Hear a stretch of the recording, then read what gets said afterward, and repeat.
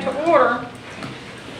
Again, this is August 22nd, and it's our regular scheduled meeting. We're at the regular agenda. We're going to discuss golf cart registration. No, ma'am. We need to figure this out. Yeah. I mean, if I need to make a motion to sign the contract, I'll do that. Whatever needs to be done, we need to move forward. We need no motions. This was just a discussion on the agenda. We need to move to our regular agenda. No, ma'am. it's a contract that we've already accepted. Last meeting, we've already voted it in. And you won't accept it, If you don't want to sign it, and that's. All right, I'm going to have to call point of order. Y'all cross-talking. One of you can talk, Oh, one at a time. go ahead. It's called Robert's Rules of Order, and presiding officer needs to make sure that we have decorum. So that means one person talks at a time. We do not talk over each other or back and forth, okay? Okay. Thank you. All right, let's move on to our... No. You don't talk, Richard, you want me to, I don't want to talk over you. Sorry. I haven't appointed either one of y'all to talk, to be No, honest with ma'am, you. no, ma'am, I don't, you don't have to Presiding appoint officer. me. You don't have to appoint, I got just as much right as you. Marty, I'm sorry. Okay, Hang on, sir. yeah, Trying to move to you. just hang on a minute, please, thank you. This man sitting over here that we hired needs to know if he has a job. Clint, one more time, yes or no? I think. No, I don't want you to think. Okay. No, Hey, ma'am. that's rude. No, ma'am, it's not, ma'am, rude, you don't know what rude is right there. You hit me for rude. You don't hit me for rude. Would you please come to order? I'm in order. Clint, I have not, I've asked you to come to order. That means you stop talking for no, a ma'am, minute. you can't stop me talking. That's the problem here. You can't stop me from talking. I have just as much right to talk as you do. Go ahead. Thank you. Because Clint. you got the other Please. 3 minutes, please, on the clock. You can't do that to me either. I'm on the city council here. That's for the citizens. Thank you. Clint, one more time. Let's get this over with. I think that this city council voted 3-2 to accept the counteroffer that Mr. Hubbard offered the town, and they accepted. He has been here for 2 days. I think we have a valid contract, and that's it. And if she don't sign the contract, for whatever reason she don't want to, this contract, I mean, that's what I'm trying to ask you. How do we get by this? How do we move on? If she don't sign it, is Mr. I'll sign it when the investigation is We don't- over. I mean, ma'am. that's what I'm saying. But the investigation that you unilaterally said that has to take place? Okay, can Rich sign the I haven't contract? unilaterally done anything other than saying I've asked for an investigation At this internal. and At this is particular point, it. I almost don't think it matters whether the contract's signed or not. We Well, have a he's valid been working for contract. 2 days without it, so. And I think he's gonna probably show up tomorrow, and continue on with his job. Okay, can So we pursuant to continue the on? valid contract that there is. Can we continue on with our job here at the city council? Yes, ma'am. Well, I Thank got you. one more All thing. right. Now, what you telling me is he can steady work, he's gonna get paid for do his job. I think he has a valid contract, and if he shows up to the Okay, job, he should be signed getting. valid contract. Can I say something? Yes, Do I need to please, say? Okay. please. It's an employment agreement, and it is not signed, therefore it is not valid. And I think that's the end of the conversation I here. think there was offer Alright. and acceptance. But it Okay, is not signed. I'm going to one more time, as presiding officer, please ask the table to stop cross-talking and let's move on with our agenda. Thank you. All right, Can I discussion. finish over He's here? ready for paint. Are we going to move on with our agenda tonight? Eventually, but we need to finish what we're doing first. I am finished talking about Of this. course you are, because you think you're gonna start an investigation without approval from the council. I don't have to have approval, sir. Yeah, you do. No, sir, I sure don't. Why don't you? I have not asked anybody in here to cooperate. I've asked you to cooperate, but you don't have to cooperate with that. You That just is sat here, totally up to you. you just sat here earlier and just said that I'm just a voting person on the council. That's And just then what I you said, said. I'm a mayor too, and that's two different A positions. ceremonial mayor, I So- agree 100%. Please, may we come to order and move on with our agenda now? No, I don't know why we're not voting on this investigation that you've thrown out here. We can't make a motion to nothing, and Clint, I need one more time. I To do. stop this investigation, to stop this investigation. You can't no It's not thing. gonna be stopped, so. Okay, I mean, let's, All right, anything else? Can we talk about golf carts? Marty is really biting at the bit there to talk to us about some golf carts. This is really, I mean, I'm going around the table, this is a valid contract. It's an agreement. It's a legal contract. Okay, no cross-talking, guys, I'm sorry. We're gonna have to move on. This is not productive. Then we're not hiring an We have investigator to just- do anything. We're We're not not bringing hiring it- anybody to do anything. we're not bringing getting an more of a investigator. pro bono, it's not costing You're you a not dime. taking your pro bono person and bring him in here to Yep, investigate. absolutely. So, Absolutely what? absolutely, this person will be coming in and So you're taking that authority by yourself? I, As a by the mayor? city charter, yes, sir. You're breaking the city Sure am. charter. No, sir, I am going by city Now charter. you're- I've already, that's not my group, these are our citizens, and if you don't want to be part of our citizens, I'm sorry. That goes both ways, dear. Yeah, Not all excellent. the citizens. All of you are citizens. No. Now, No, I'm no, no. gonna, all of you are citizens, so listen. I am going to move forward with this, or we can adjourn. That's our choice. So we adjourn. All right, do I have a motion to adjourn? Do I have a second? No second? All right, let's move forward. Okay. We need So to Marty, stay would on you until like we to get come up done for with it. golf carts? You just We're keep not- talking around it, man. Sir, I am the presiding officer here. I am moving on with this. If you do not want to move on with this, you can step out of the meeting, Oh, I okay? can. Absolutely. Because I'm moving on. Why don't you step out and I'll sign the contract? You do whatever you want with that contract. I'm moving on. Marty, can he you're sign up. the contract, Mr. Miller? No, not on mine, no. I'm perfectly capable. But Come on, you're Marty. jeopardizing the city for a loss. All right. Last time. If y'all crosstalk one more time, I'm gonna ask if we can actually remove somebody so we can actually get on with business, sir. You can't remove us, he can remove them. Oh. Ask the man in green You have to have a vote of the council to remove a it. council member. That is absolutely the most ludicrous thing I've ever heard, and I have actually seen y'all take them out on Al's word. So, Citizens. okay. Council members. Citizens, not. Well, I've seen actually other cities that Citizens. have them taken out, but that's okay, this is all good. I have no problem with this. I am telling you, we are moving on or we're adjourning as presiding officer. So you make your decision right now. If you want to adjourn, I'll need a motion for adjourn. If I don't hear a motion for adjourn in a second, we're going to move on to our golf carts. Okay, let's move on to golf carts one more time. Marty, come on. Hurry! Or anything else can stand. Okay.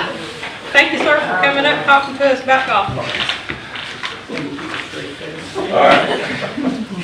Yeah, after a couple of meetings ago, we had talked about bringing back the registration process for golf carts. We drafted some stuff in here and a new application and stuff like that to, get it back online.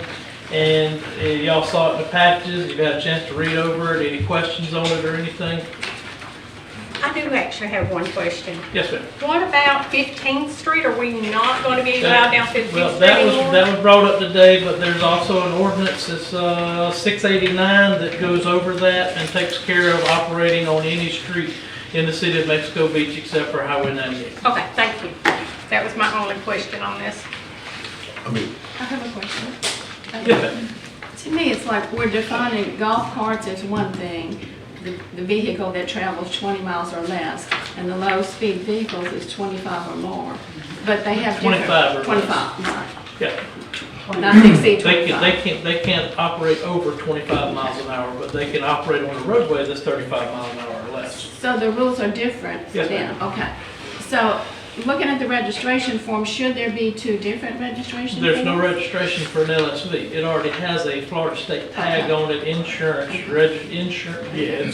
they're paying for it. So the golf cart doesn't need, it needs liability, but not, Golf cart doesn't need liability unless the city requires okay. it. Because under this golf cart registration form, it says, advised to obtain liability insurance for the cart.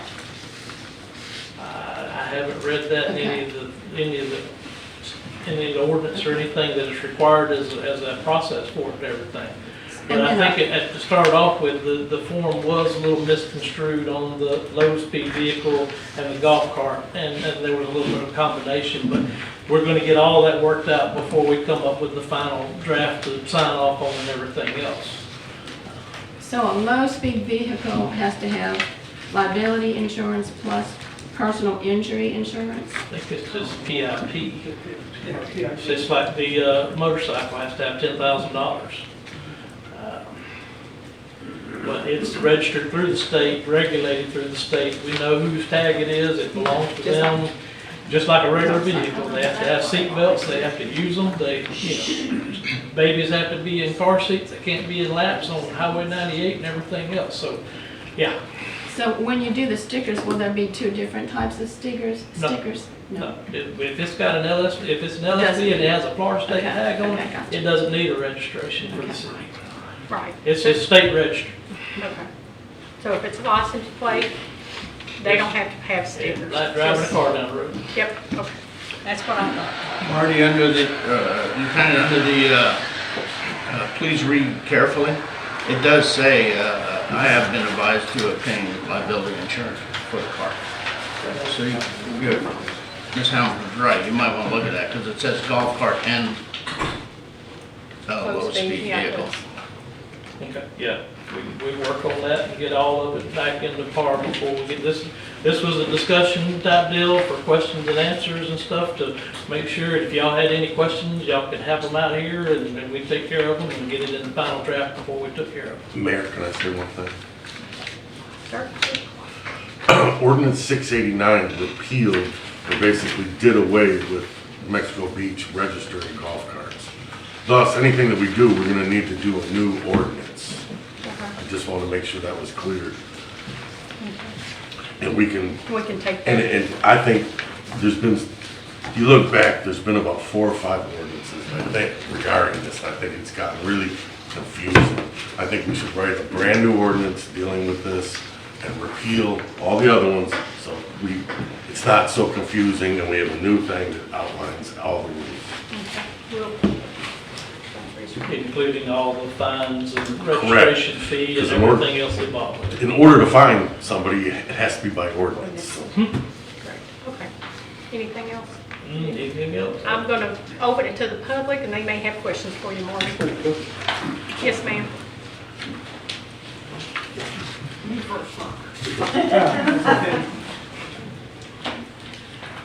Peace Mountain Director with you. Lisa Logan, 402 Maryland.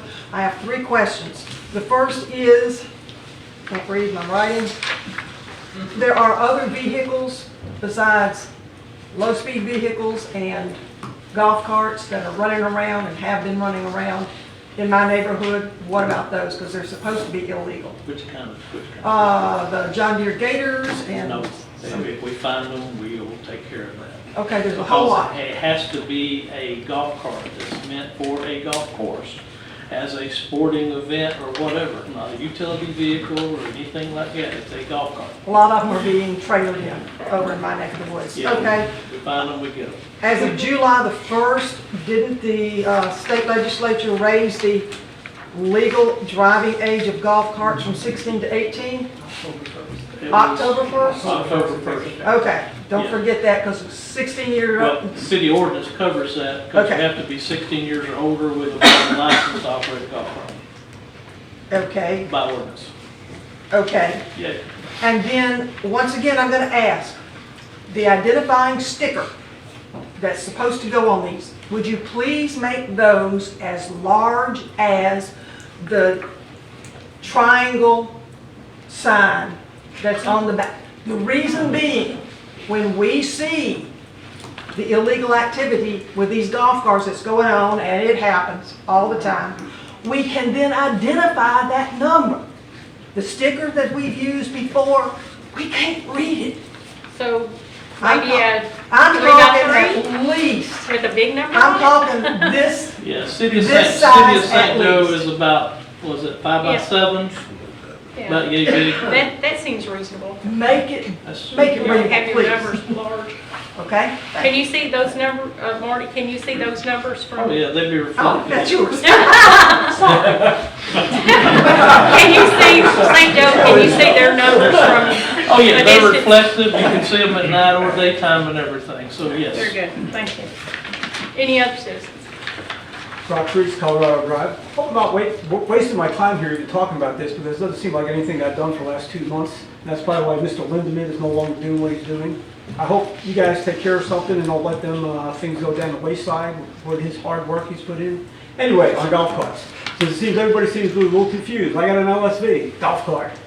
It had to go. They had to take the golf cart. It has to have a DOT windshield. It has to have every light that a car has, blinkers, the whole 9 yards. It had to be weighed. They had to change the gear ratio. It had to be certified to go between 20 and 25.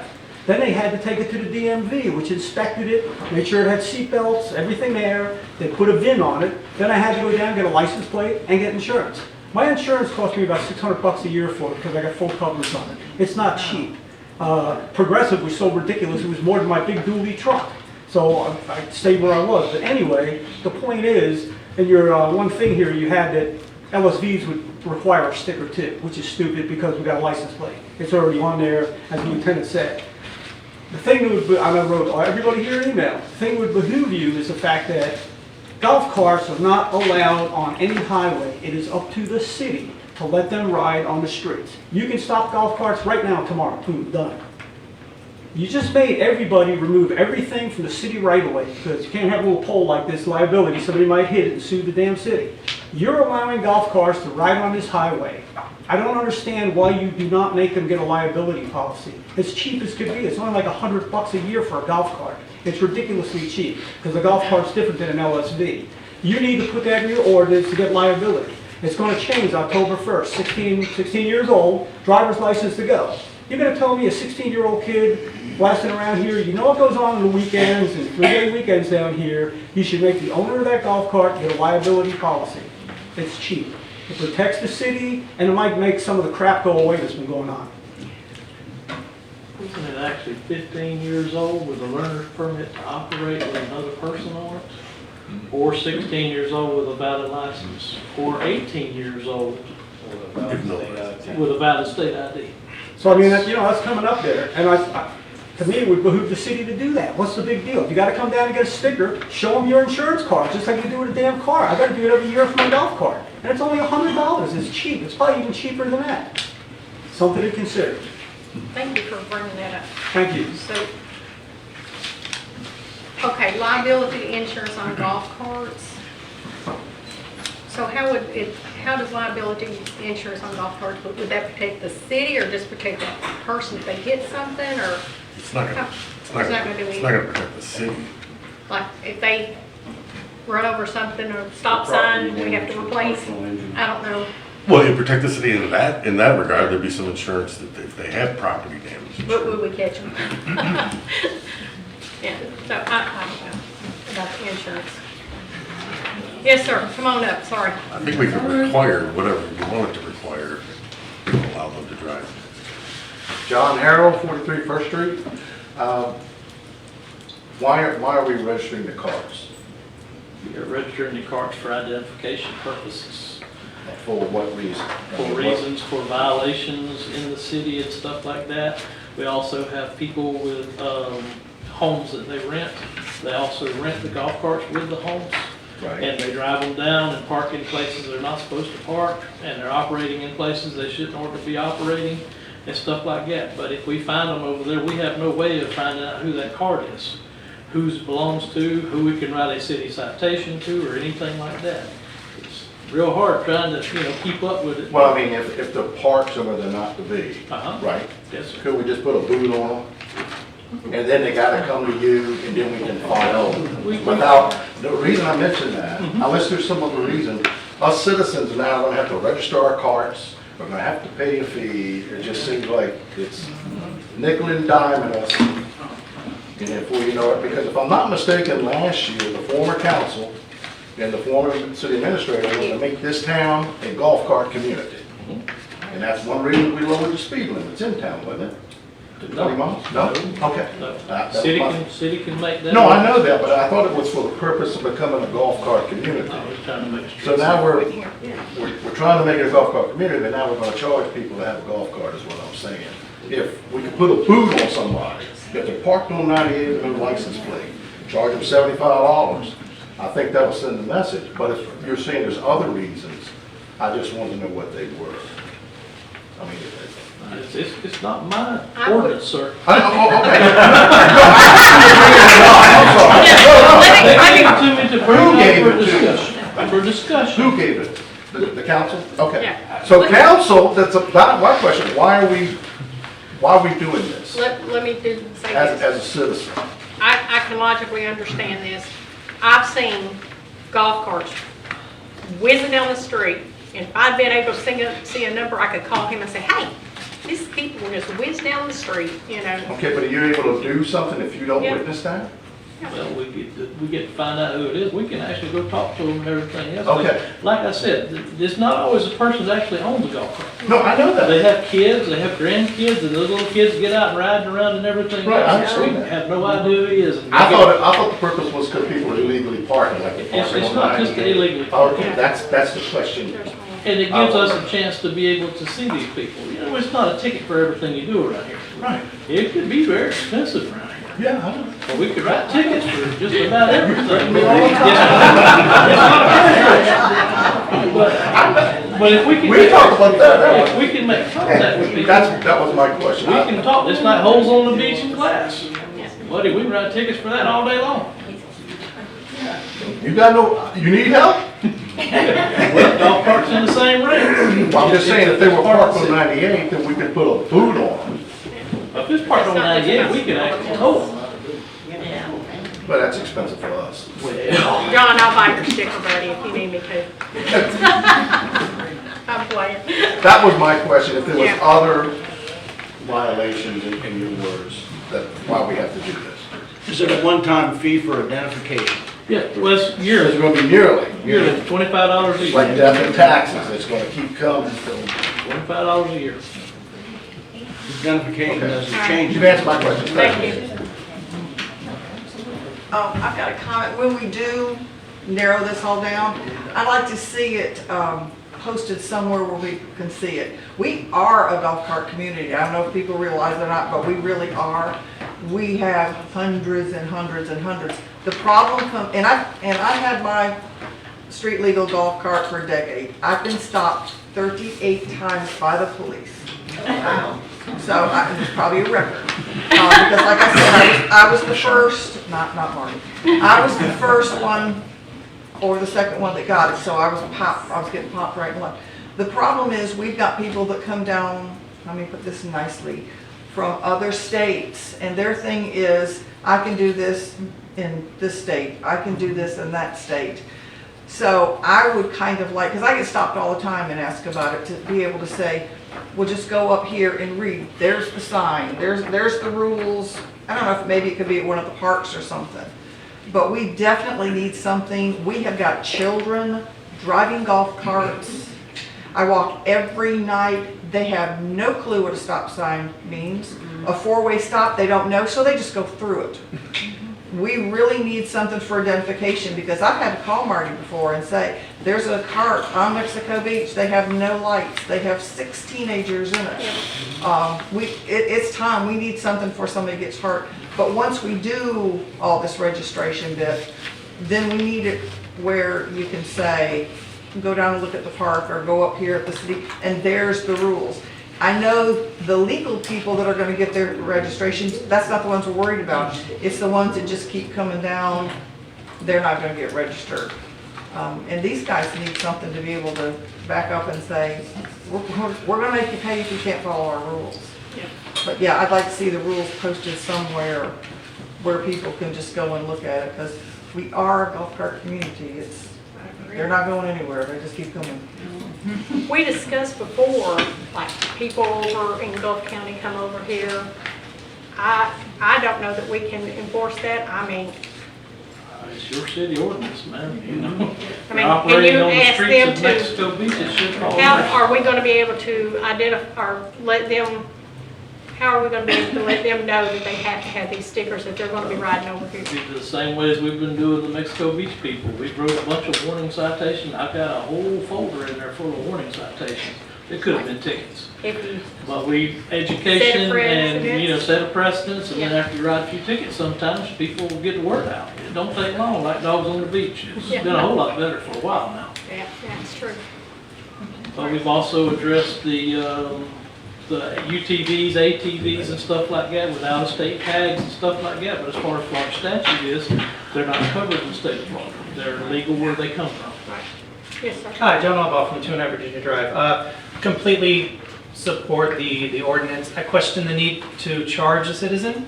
I think that we can do this for citizens with a valid ID or a valid 2 forms of bills or whatever that says they have a residency here in Mexico Beach. We can do it for free.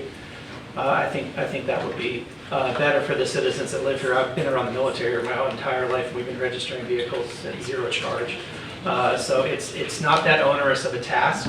So I don't see and the stickers don't cost that much either. So I don't see the need for the $15 fee. I know it's nickel and diming, but I don't see that if you're a valid citizen. 25. Oh, yeah, it's even worse, 25, yeah. So that's just my 2 cents on it. Yeah, that So covers don't we costs. have something? It covers costs of inspection. You Yeah. gotta come down there, your cart has to be inspected to make sure it has everything. And like the ordinance also says, during low light situations, raining, foggy and stuff like that, it has to have a windshield, headlights and things like that. So you gotta have that. If you're gonna operate during, you know, rain or snow, I mean, yeah, snow. I'd like to say that one. Maybe it's snowing in California. Yeah. But, it's to cover that inspection fee. You know, take somebody to go outside, to go out there and inspect the car, get the information, enter it in a computer and everything else. It's not my deal, but, you know, I can't explain it all day long.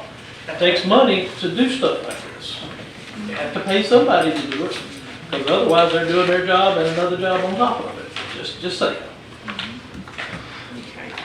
Yes. LT, I just had a text message, somebody's obviously listening in, it doesn't matter who it is, but they said, the city allowing golf carts on US 98 would prove to be catastrophic. My understanding is, and I believe you have explained it, you just may have missed it, that it will only be LSVs that are allowed on 98, that no golf carts allowed anywhere near 98. That is a state law That's that state we law. as a city, even if we wanted to, could never change. They can't cross the highway without that. That was my answer to him. I just wanted to double check I wasn't wrong and to maybe clarify that. The signs that we have on the outskirts of towns are low-speed vehicles. They maybe cut the golf bag off the back of it just so it wasn't a golf cart.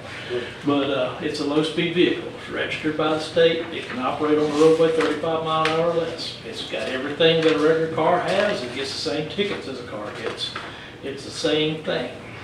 But it can't go over 35 or 25 miles an hour speed. Which is stupid. Which It should be 30, It 35. should be 30, 35, but then you also can't modify it to go faster. Exactly. Yeah, it's, Well, you'll be getting a ticket. You'll be getting a ticket. All right, any other public? I have one more Discussion? question. Yes, ma'am. I think there's still some confusion about being able to drive at night, like none of them should be able to ride at night, right? LSVs can drive at night. They have lights, they have blinkers, they have everything that they're And they supposed could to be on have. Highway 98 at They night. go Highway 98 at night. The golf cart, man, no bueno. After dark, you got to, it's taking home before dark. So is that a state law or is that Yes. okay, And it's also in your ordinance too. yeah. But I just wondered, I mean, we have opportunity to put an ordinance out there. I had been asked before by residents, if I go over to my friend's house and I don't get home by dark, Well, we have some discussions and pull up the laws and make sure we got everything we can. And if we can, you know, put it for an ordinance and bring it before y'all, we can do that too. if they have lights and stuff, they can't even on a golf cart, if they have lights and blinkers and all that, they can't drive at night, is that Regular, correct? regular golf cart, no. LSV, yes, because it's registered with the state and Gotcha. has a motor vehicle with all the proper safety equipment. Gotcha. Anybody, any other public comments, discussion? Okay, I'll close the public discussion, move it to the table. Ms. Linda, you want to start? I'm just still concerned that, you know, maybe these people that are renting houses, do they really understand the difference between a basic golf cart and the low-speed vehicle? Like, do they understand that? They should, but also with the registration and everything, you're gonna get the rules of the road and everything else and be able, because there's a lot of people here from out of state that have actually came and registered their golf carts in Florida instead of being in golf carts registered in Georgia.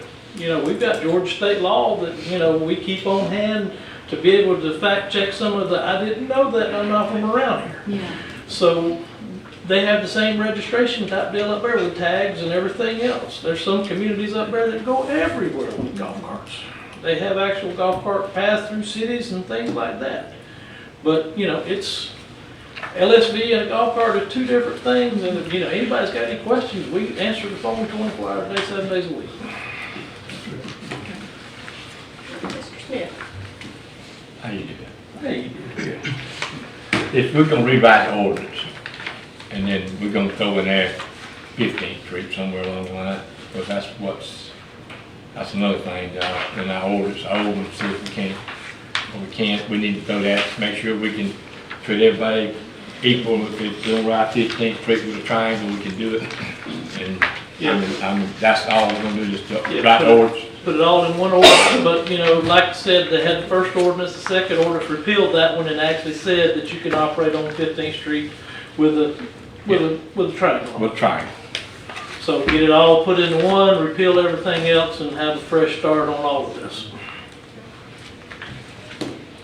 Only thing for me is I'd be curious to know the rest of the council's opinion on owners or residents having to pay or treating them like the boat ramp where they're exempt. I just want to know, I'm open either way. I'd like to hear a discussion of what you guys think.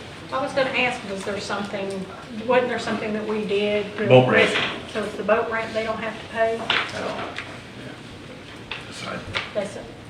Yeah, my side of it is we did put some money in the budget as we put a number on this. So I think that we ought to, if it's for identification, I really think it ought to be a one-time fee. Get the excuse me, because there is a cost to do it. So we've covered the cost of $25, have a one-time fee, they'll be identified, and that's it. So like, what about non-residents? Do they renew annually then? Just the people that live here would pay a one-time fee? Is that what you're? I would just say anybody coming into town, anything, I mean, our citizens, everything, just pay a one-time fee. And then if you get a new one, then you gotta get another one-time fee? Correct.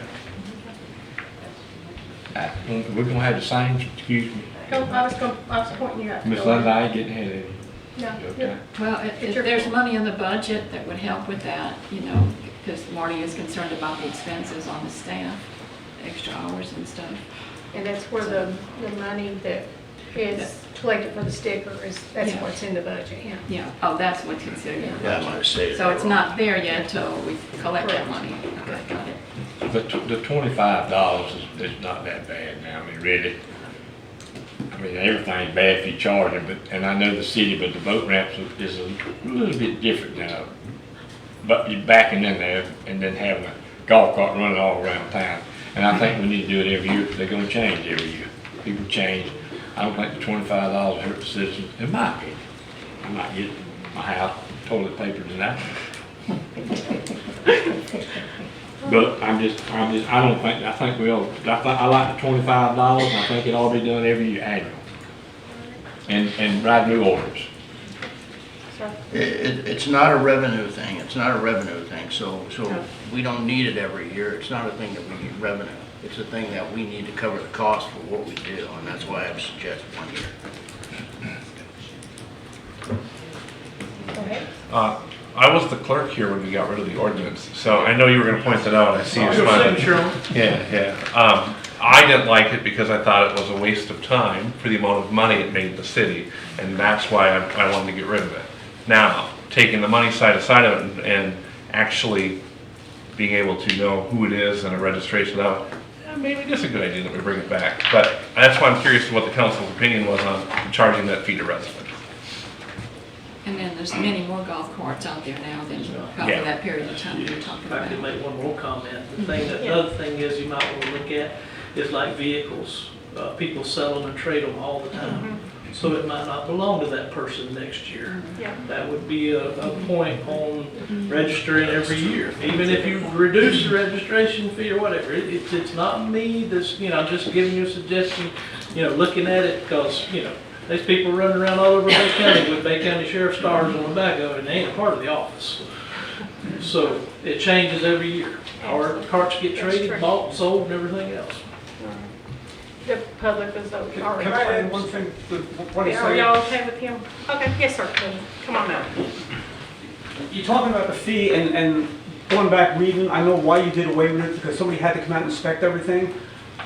Why would you even have to inspect the golf cart? Because if it gets stopped and you give them, they come down and get the registration, charge them $10, $10 a year. Get the sticker, here's your sticker, here's the rules, this is what you gotta do. If they get stopped for something and they're driving, they don't have the lights, they don't have anything else, the deputy's gonna look at that. They'll write them the tickets for that. There's no reason why somebody has to waste their time to come out and look at a golf cart, make sure the lights work, do this, do that. Just come up here, like I come up and get my sticker for the boat ramp, and you come up here and you go, here you go, here's where I live, here's my money, I want a sticker, and you give them the sticker and the rules, and now, if they don't follow it, they're screwed when they see the deputy. Simple. Make it easy. $10 a year, and they keep it registered every year, it ain't a big deal. I think it leads to a little confusion there, because the person's gonna go, I went in, I went and got a decal, and now I'm driving on the road, and you said I could, because I got the decal. I think it would lead to a little confusion there. Go over the rules with them, they sign off, you understand all the rules is down here and everything. But, like I said, on the part where it's under inclement weather, stuff raining or fog or anything like that, because it gets foggy around here, you can't see the stop signs. And they've got to have the safety equipment and everything to go with it. If they didn't have it on there before they registered, why are they gonna put it on there afterwards? They're not gonna go home and change it out. That's something y'all think about. Any other If it's an comments? annual inspection, that gives you more opportunity for educating the public, Yeah. or reminding them. Changes in the one time. rules, changes in the ordinance and everything else. So what about inspections? Is that something? No inspection. Where y'all are, okay, I was confused because I hadn't heard that there were any inspections. This is- Code enforcement used to go out and inspect it every time you get a permit. It was Mr. Hubbard's done that before. Okay. Anything else? We're gonna call it up. You want to, do we want to make a motion? I think, do we need to make a motion, or do we just just bring us need- an ordinance? You just need to give We'll us just get direction as ordinance. to what you want Well, us it's to on do. here, the motion. Yeah. Well, we can get a motion to get an ordinance, how's that? So moved. So, write the ordinance and bring it back to the city council for review. Well, what changes is, Oh. do you want $25? Do you want, the spines are 50, 75, 150, We need to and then I make a guess after motion. that's 500, and they take the sticker away. I can't make a motion. If somebody wants to make a motion of how this should be looked, we will. I could write it with options in it, and you Yeah. guys could decide when the ordinance comes back in front of you. And we can correct it then and before we approve it for the last time. Does that work? All right, works for me. All right, works for Mr. Jerry, so I think we can move on. Okay, so next is ordinance 811, variances, first reading. And Carmen's not here, but Aurora's going to address this. Good evening. I'm Laura Mills-Gutcher, and I'm with the Planning Collaborative, and I'm here on behalf of Carly tonight. She couldn't be here, unfortunately. But this is an ordinance to put language into the Land Development Code regarding how the variance process moves forward and what the criteria is for eligibility to apply for a variance. This is language, and the criteria that we're looking at is pretty common throughout the state of Florida especially for the standards of review that you see in Part D on the second page of the excerpt. This whole section to be added into section 7.0402 will help you when you have people who are looking for a variance, which is usually due to a hardship on a piece of property. So that if there's something unusual about that piece of property, or there's something that's unusual about the zoning that applies to that piece of property, they can apply for a hardship relief. And it usually has to do with the bulk regulations that are adopted in the land development regulations. So it could be setbacks, it could be impervious surface, those kinds of development type restrictions that you see. As you can understand, what recently happened here in Mexico Beach with the variance issue earlier this year, this will help provide certainty not only for you, but for the applicant as they're coming forward, as they read through the code and understand what their limitations and what their availability is to apply for the variance and how that process moves forward. So if you want to go through specifically what it says, we can do that, but that's just the general overview on what the language states.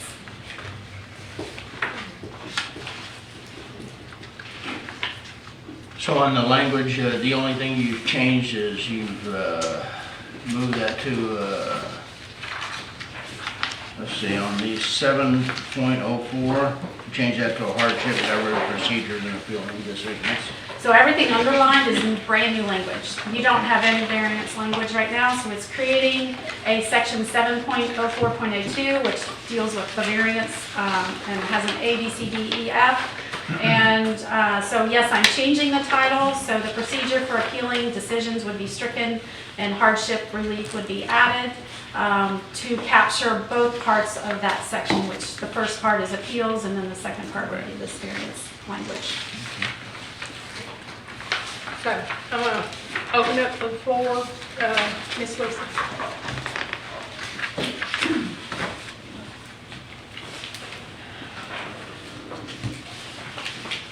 Lisa Logan, Maryland. I have some extreme concerns on this. As you know, variances have been somewhat sacred cows in Mexico Beach for a long time. My three concerns are, why would we bring circuit court into this? This is new language. Any appeal to a variance decision by the city council shall be made in circuit court. The second one is, why make the new wording, which in my opinion is way more confusing? And the third question is, where are the penalties for the contractors and EPCI when they ignore the regulations? The circuit court, we have always had the city council as the final decision for variances. We've done this for 30 years. The previous city attorneys did not bring circuit court into it. I do not understand why we would give that power to circuit court instead of keeping it in the city, because circuit court could very well overturn the city's decision, and that takes it out of our hands. The second thing is the new wording. I put the current 6 regulations for variance side by side with the new 6 regulations. It only took 117 words to describe the current 6. It took 281 words to describe the new ones. I'm pretty good with words. I was so confused reading the new 6 that it makes no sense to me why we would confuse citizens and give everybody a different opportunity for a different interpretation. What we have right now is very concise, very clear, very succinct. There's no gray area. In my opinion, the 6 new wording regulations are extremely gray and open to total different interpretations by everybody who comes along. That is not the best for the citizens or the city. And then for 2 years, the council has said, every time we've had a contractor, an EPCI come up and say, oops, we made a mistake, let's give us a variance. You've said, where are the penalties for the contractors and EPCI who make these mistakes? They're still not in this ordinance. What is the point of having anything changed about the ordinance for variance if you don't have those penalties in place?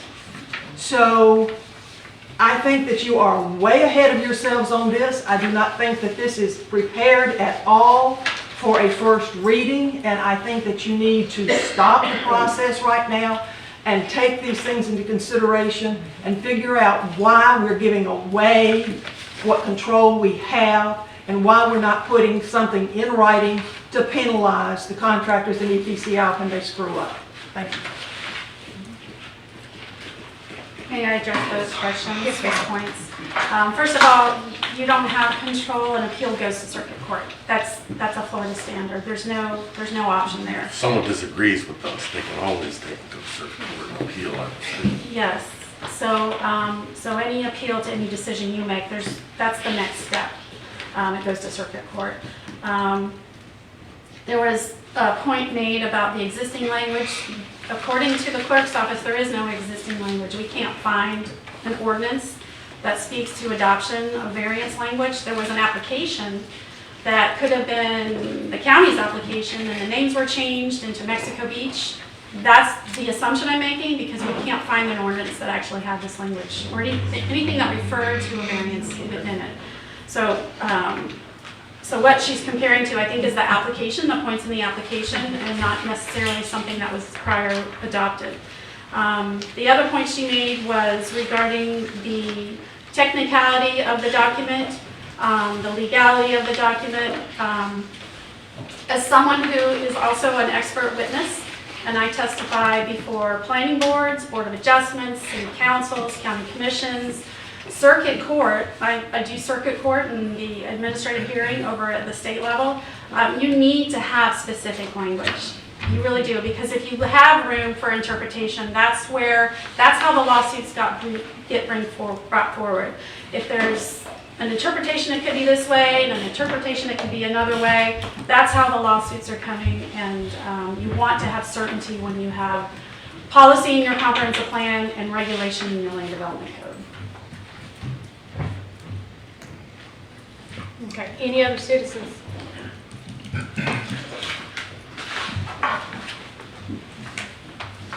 Rob Priest, Colorado, and also the Planning and Zoning Board.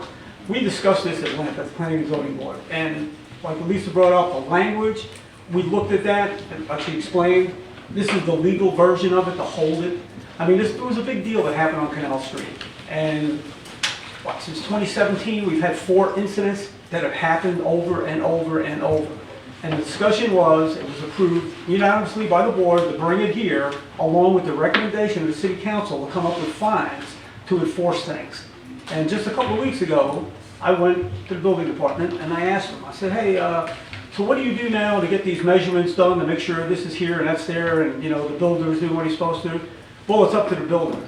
When we do our inspections, if that wasn't done right, then I said, then what? Then nothing. Nothing's still been done. There's nothing in place that I am aware of, and I asked the building department, when are you going to start doing this? Sure, you said 2 months ago at one of these council meetings that all that was taken care of. And it hasn't been taken. Bo Creel.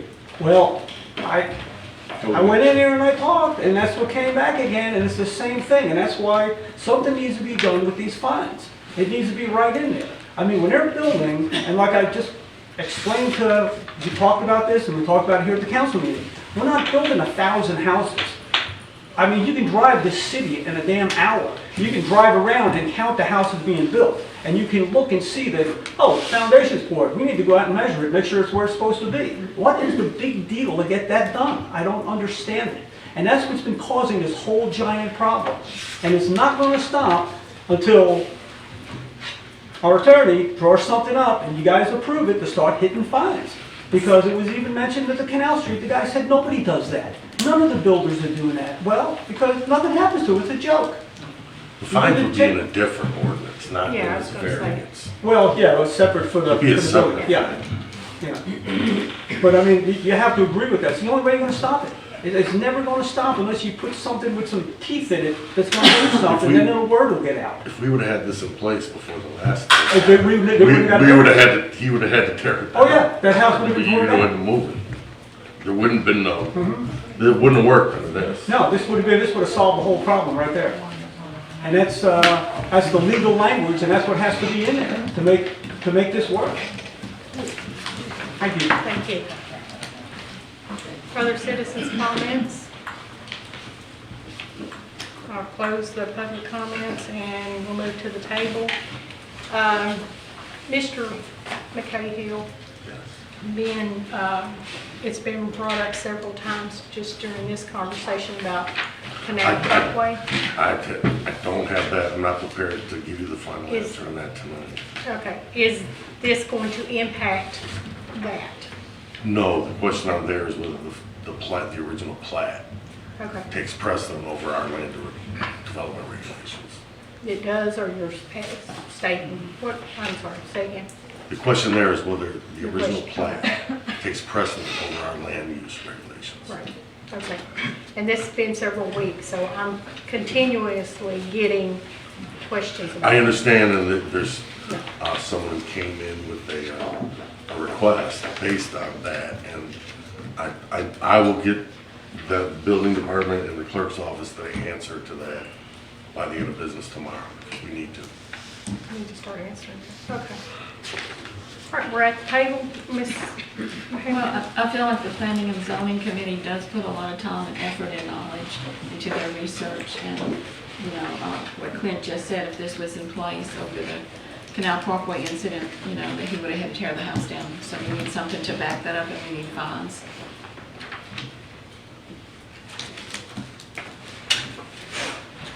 This is the variance procedure. Yeah, this is the We would need to variance. do We'll a whole talk about- different thing about fines. I would like to Yeah. talk about that before we finish. This makes us legal here, but really what you're doing, we didn't have nothing. I mean, Correct. nothing. And now we have something it's got a little, teeth in the bite in the teeth. So we needed this. This is what we need. So I think this is what we need to hold down. Okay.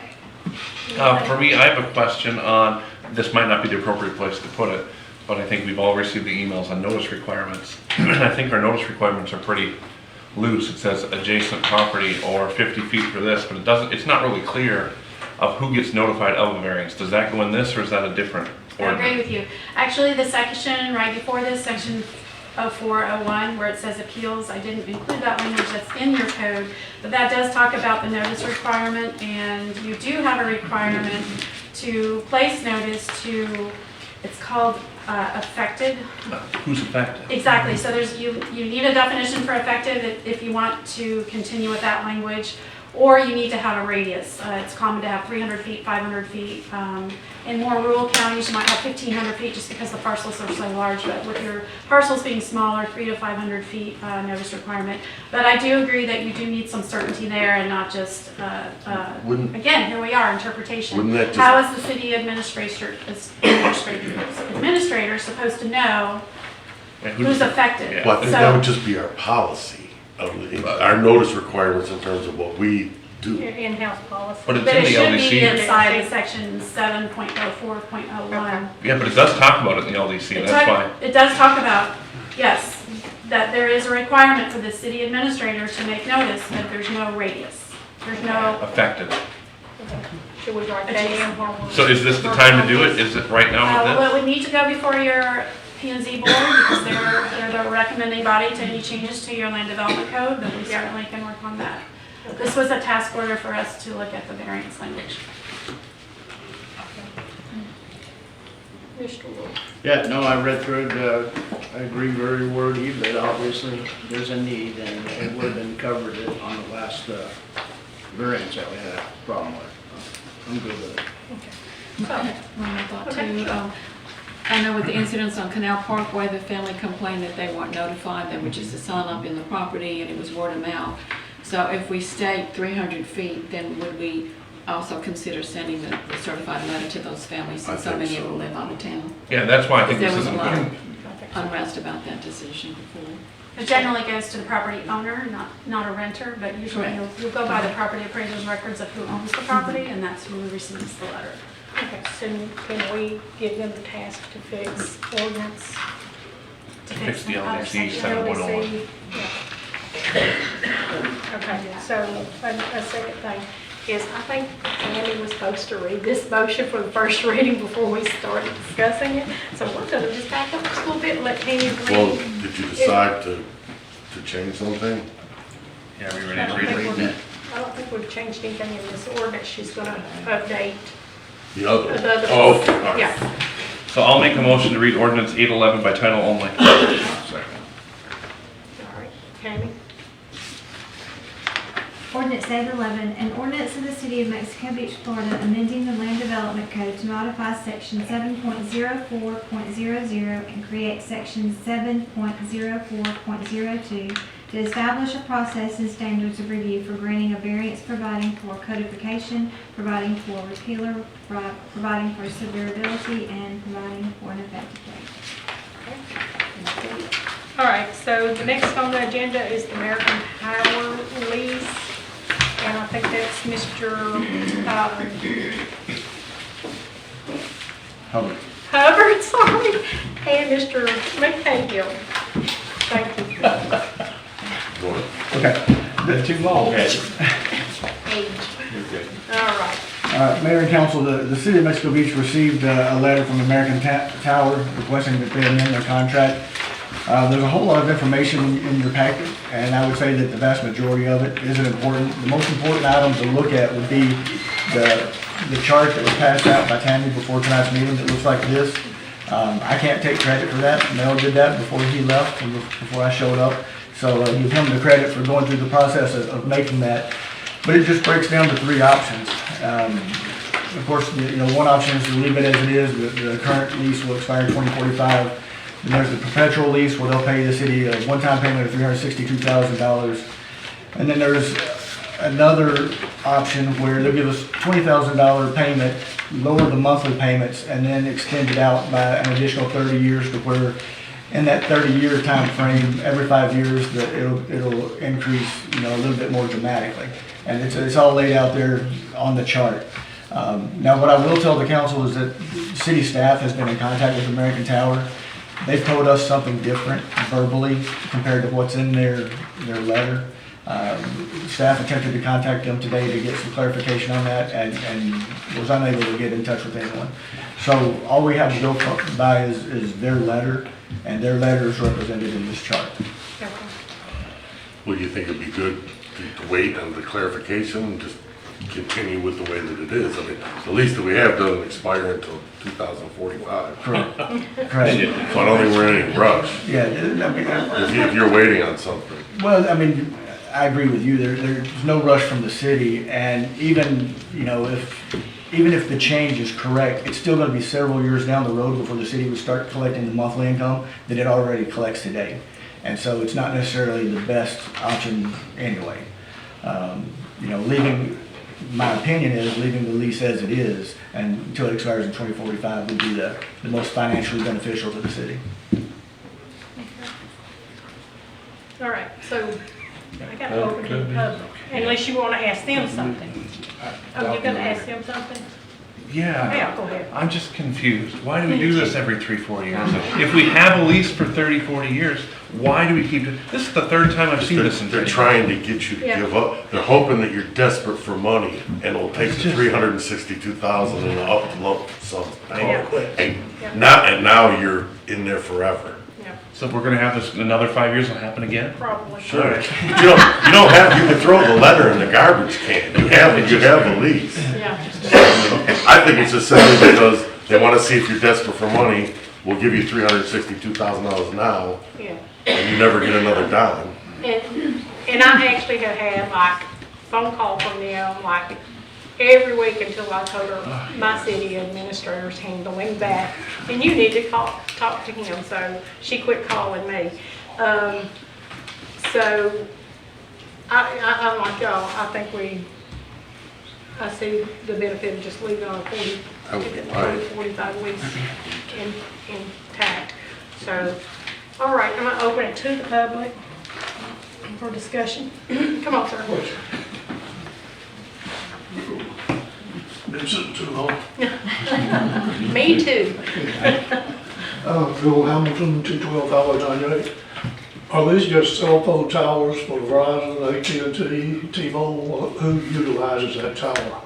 American Tower owns the tower, and then they lease space on it to all the companies that you mentioned, all the cell phone providers. But it's my opinion that within 5 to 10 years, land-based towers are gonna be obsolete. Everything going satellite, just like Loran C used to be the marine navigational standard, and it was quickly replaced by the GPS. And I would put the pencil to it and see how much money the city would get in 5 years, 7.5 years, or 10 years, and use that as a criteria and switch to go, because I think, like I said, I think the tower-based communication is gonna be obsolete pretty soon. That's a good point. That's excellent. Anyone else? Very good point, Mr. Okay. Hamilton. He's Bill to me. Okay, so, close public discussion at the table. I'd say leave it like it is. Linda? Well, you know, Excuse me. Mr. Hamilton did bring up a good point. I mean, if it would be obsolete, would we not do better to take that 362,000 and run with it? If it's gonna end and, We really don't have any way to. you know, I mean, if it's not a likelihood that it's gonna last to 2045, and we're just talking 5 to 7 years and it's gone anyway, would we benefit from grabbing the big money now? Just a thought. We might, if you answer So- the question. So they're leasing our land to set that on, correct? Correct. Okay. So if we give them, if they gave us 360, they own our land that's in our back door, is that correct? They would, yeah, they'd have a lease to it forever. And we couldn't touch it. Okay. If you ever get a lease before it, that's one thing you don't want, is this lease that they got right here. You can't cut the grass under, they fence it in, leases is, they for this American Tower, they not for Mexico Beach. So they don't own the land if we went with option 2, right? Well, they don't own the land, but they just have there's a lease to it. And if we Right. do with option 2, it'd be extended all the way out to 2070. Well, option 2 would be perpetual. Option 3 is nothing.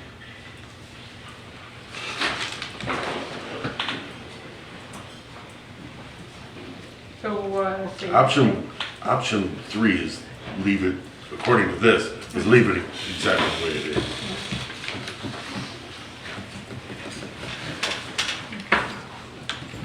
Go ahead, you've been Well, calculating. so the reason I keep laughing is I used Mr. Hamilton's argument in 2015 when this came up, when it was presented. And I don't remember what they told me, but I backed out, and there was a reason, and I don't remember what it was. But it's been 7 years now, and it's still in effect. So I argued it was gonna be gone in 5 years back then. I'm okay leaving it as it is.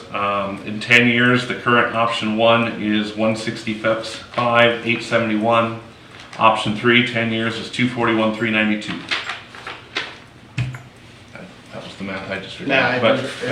I did the same thing. I mean, if you pointed a good point, something we should have looked at. I didn't look at that originally. And, I mean, there's $160 there to make, basically, but you're giving away that land that's in back of Public Works. So we could be using that in the future. So I think the current option, to leave it the way it is the best one. I think so too. All right, do we want to bring a motion to the table? So I'll make a motion that we accept option number 3. Second. All right, Pam? Mr. Wolf? Yes. Mr. Lally? Yes. Ms. Hamilton? Yes. Mr. Smith? Yes. Mayor Miller? Yes. Okey-dokey, now we're gonna move on to, insurance increase. Mr. Hubbard. Yes, let me get through it here. The first thing is that the city has underpaid on their insurance this year. And there's an amount, $7,803 which we need to pay our current insurance provider so that we can get through to the beginning of the new fiscal year. Now, we haven't received any definite numbers on what the increase is going to be for next year at this time, but they're estimating that the increase for next year could be between 50 and 60%. So you're looking at quite a bit of money. Now, the city has added, several additional buildings that hadn't, buildings and assets that haven't been covered by insurance in the past. That's probably proven after what occurred in 2018, but that's why you're seeing the large increase or potential increase there.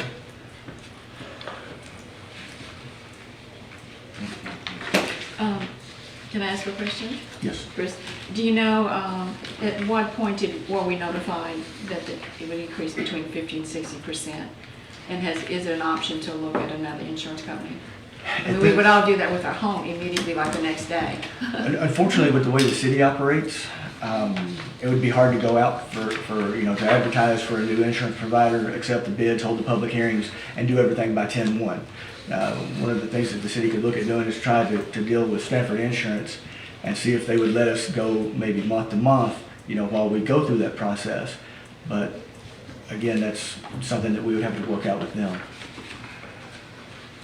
So we're currently asking for approval on $7,800 just to get us to October 1st. Correct. Then after that, what I understand, I looked at some notes on the budgets when we did the budgets, and I think we put in somewhere between 30 to 40% was told.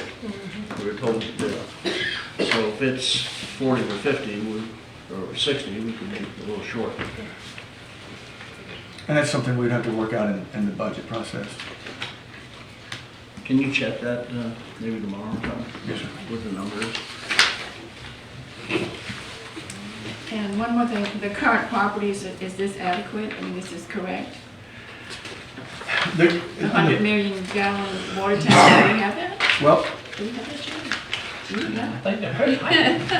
You've been around long enough to have 100 There's million gallons. a big one back there. Just out. yeah, you see that you have two reports regarding the insurance and the current property, the one that's labeled current property in ink. That is what has been currently insured in the past before the account was updated. And then the other report, which looks more like this, is the new structures. That have been added to the policy.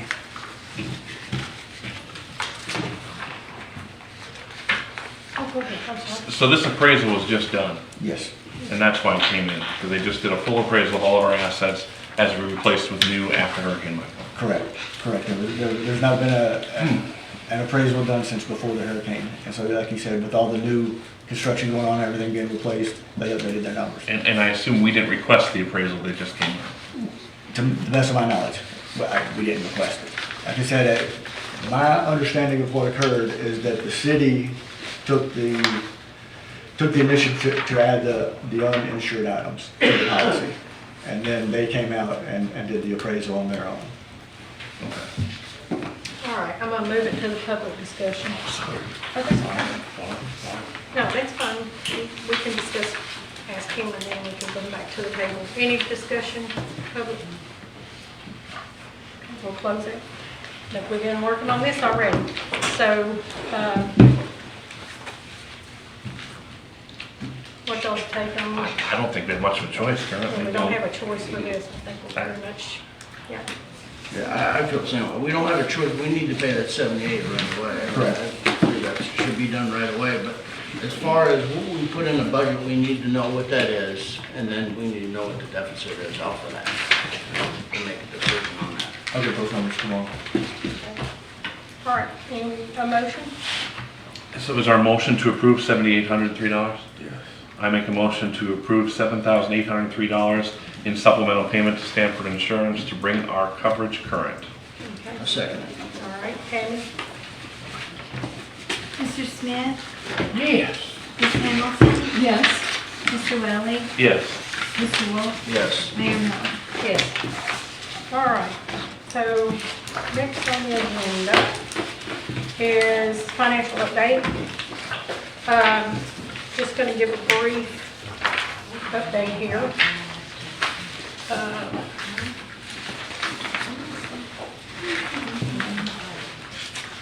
So, we received we're behind on our audit. Just one, I did talk to, James Moore, just to check and see where we were at. Told him that we were looking at getting a firm for our accounting process. And he did, when I told him that we were piggybacking off of some bids that had already went out through Bay, I think it's Bay County, he wanted me to look in that and make sure that that's something we can do with this pipe. So, we did, and I did receive an audit letter from JLAC, and it had to be addressed, our five areas of concern, and Mr. Mel had answered that. It was due by the 18th, and we got it in by the 18th. So, but first, one thing is our management override and segregation of duties. We told them that we're going to implement internal controls for the process of accounting functions, and I think that will take place as soon as we can get in a firm, which we need to bring that forward and get that started as soon as possible, because the answer to them was that we would start this immediately. Now, for the past 3 years that I went back at the reports, and we got that letter because we have had repetitive things for 3 years. And immediate doesn't give us a time frame. I would like the staff to consider, making sure that we have a time frame on that and move forward with it, so that next year we're not saying, yeah, we're going to do this, we're going to do it immediately, and nothing gets done. And we had the same audit issues as we had before. Another audit issue was reconciliation of our bank statements and audit adjustments. Our answer was to provide appropriate accounting principles, again, immediately. Timely bank reconciliation, our answer was within 30 days after the end of the month. Again, immediately get on those. And then it goes into some other things that we don't have any real concerns, I don't think, is financial emergency, budget control. It does say that our adopting a budget, all of the funds under the authority and the control of the city. These were not things that we were just telling them what we're doing with these. Our utility deposits, building permit expenditures, and our impact fees, as well as our debit compliance. And like I said, Mr. Mel answered to these. I just wanted to bring it forward so the citizens would know where we're at with our audit. We have not started it yet, and the audit can be turned in as early as October 1st for the year, all the way through June 30th. So we're behind that long. So I looked at some other cities, and they already had theirs posted, and they've been done for a while. So we really need to try in the future to kind of get back caught up. And I think, again, hiring a firm is going to be essential in doing that as soon as possible, so we can get in here and get our finances updated and everything straightened out as far as our internal controls as well. All right. Yeah, go ahead. Those first three findings were here before, and they went away when we had the accounting firm, so I think that is the right move to help us get rid of them again. Yeah, I think I remember you saying that once before, so I think it's very evident what we need to do as a council to make sure that we get this. And I know Chris has just gotten here, and I don't know where we're at with that yet, as far as getting that firm. We have to develop an RFQ, is that true?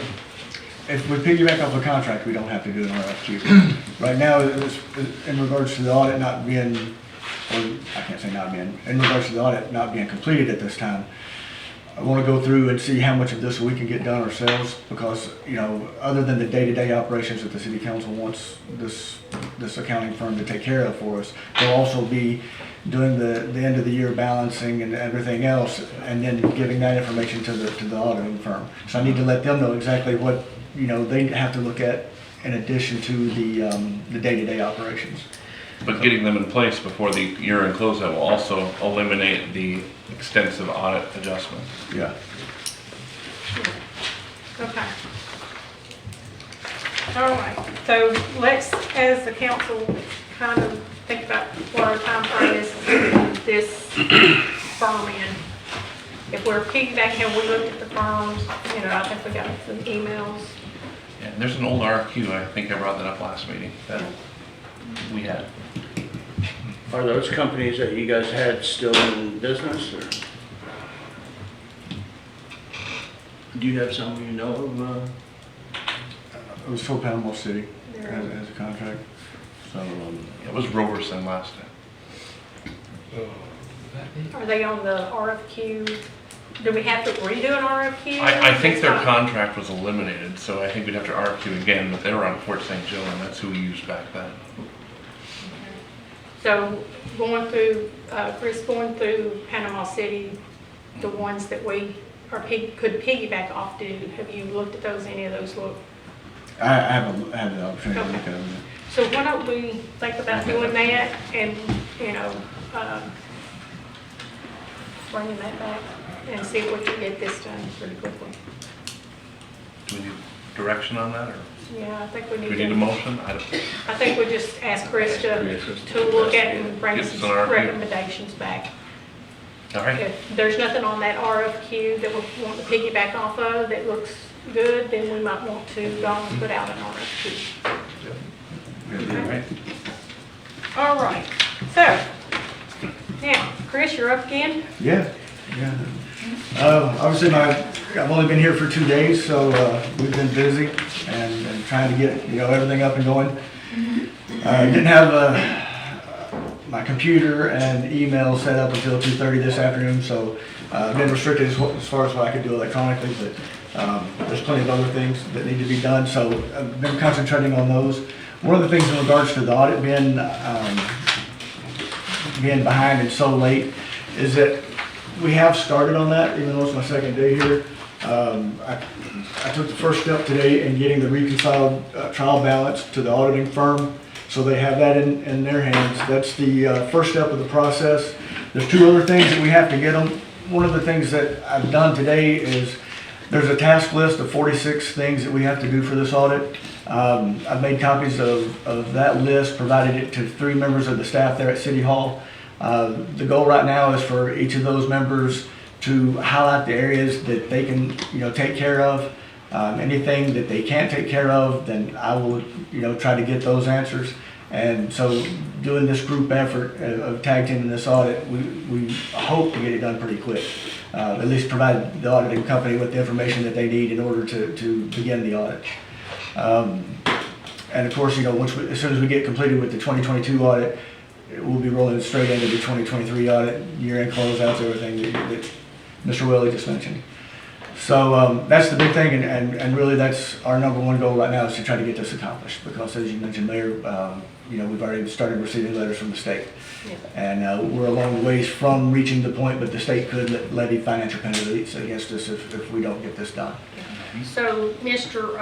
Clark told me on the phone, said that usually once you get this letter, and it's kind of a standard letter, yeah, but he said you got like 12 to 18 months before they may come and start levying your gas tax or whatever you get from the state, and they'll say, well, you can't have it anymore. Because that was my question. What are they going to do to us? Just do this, or is it going to cost us as a city? And that would cost us in our revenues. So. Yeah, and that's going to be our, like I said, our #1 priority as far as the City Hall is concerned. And we're going to get on that as a team, and we're going to get it taken care of. And the 12 to 18 month time frame won't be an issue. I can guarantee that. Okay. Anything else? on your list? I know you've not been here. Well, I don't know how much time I was allowed to speak, but the only thing I have to say is that, for anybody in the audience and anybody watching on television, based on the contract conversation tonight, my intent is to be here every day. I plan on being here, working at City Hall like, I was hired to do. And I don't want anybody to think because of the conversation tonight that I'm not gonna show up at work. I'll be here, I'll be working to the best of my ability for Mexico Beach. And I invite everybody to come by City Hall. If I don't know you, come by and talk to me. I'm really hoping that we can get past all the negativity. That's one of my goals in coming back, is I kind of want to be a uniter. It's not worked so far, but I've been here 2 days, so we got some time left. And I look forward to working with all 5 members of the City Council. And I say that sincerely, because just as I said, I gave 3 members of the staff at City Hall the list of tasks to be done. It's going to take a team to do it, and it's going to take a team sitting here at this table to do it. And if we're sitting here arguing about personalities and rumors and lies and things that have been said out there in the public, we're never going to move forward. Now, I'm going to move us forward. Whether y'all want to join us or not, then I'm just going to put that challenge out to the City Council. At my first City Council meeting, I challenge you guys to unite, and let's do what's best for the city. Because I want to work with all of you. And I think the citizens want to see us all work together. And I plan on being here until we get it done. No matter what's said at these meetings, no matter what attacks I undergo, you're not going to say anything to run me off. I've been here before. I've been through it. No.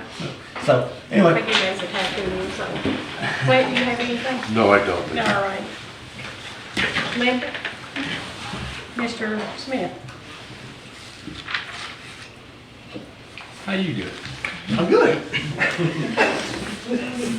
Do you have anything you'd like to do? Yes, ma'am. I'm just thinking about getting it right. No, ma'am, I don't. Do you have anything? We haven't talked about the meeting on Thursday.